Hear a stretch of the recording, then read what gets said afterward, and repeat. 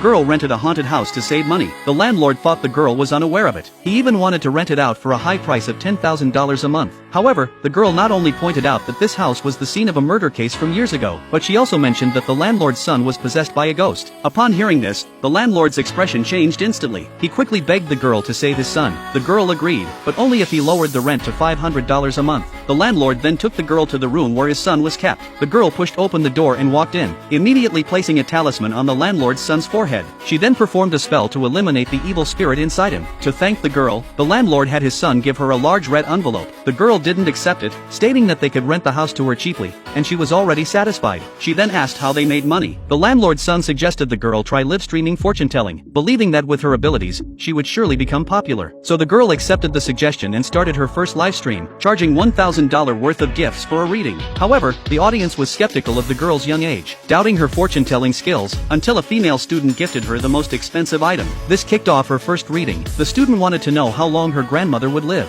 When the girl told her that her grandmother would live to 90, the student thought about how her grandmother was 70 and could live for another 20 years. Upon hearing this, she couldn't help but feel frustrated, wanting her grandmother to pass away sooner. This immediately drew criticism from many online, accusing the student of being unfilial. But when the audience saw the student feeding her grandmother water, the grandmother complained about the water being too cold, hitting and scolding her. This forced the student to leave the room with her phone in hand. She later revealed that at home, she faced daily abuse, and her family pressured her not to attend college under the pretext of caring for her grandmother. After learning about the student's situation, the girl realized that her face did not match her circumstances, claiming that she was not the biological daughter of this family. The student immediately asked her grandmother, who, under pressure, admitted to having stolen her from the hospital years ago. Suddenly, her adoptive parents stormed in, throwing the phone on the ground, and the live streaming connection was cut off. The audience worried that the student might get into trouble, and they began to believe that the girl was accurate in her fortune telling. On the other side, a wealthy couple, searching for their long-lost daughter, sent a gift to the girl to start a second reading. When the chairwoman mentioned that her daughter had been missing for 18 years, the girl calculated and discovered that their daughter was the female student from the previous connection. The chairman was shocked, and the audience found it unbelievable, suspecting the girl was scamming the wealthy couple. The couple considered her a fraud and prepared to end the connection, but the girl revealed their daughter's birth hospital and date, as well as the ancestral jade pendant they had given their daughter, which was currently being used by the adoptive parents to prop up a table leg. Seeing that the girl knew so much about their daughter, the couple believed her. They immediately rushed to the home of their daughter's adoptive parents to bring her back. At that moment,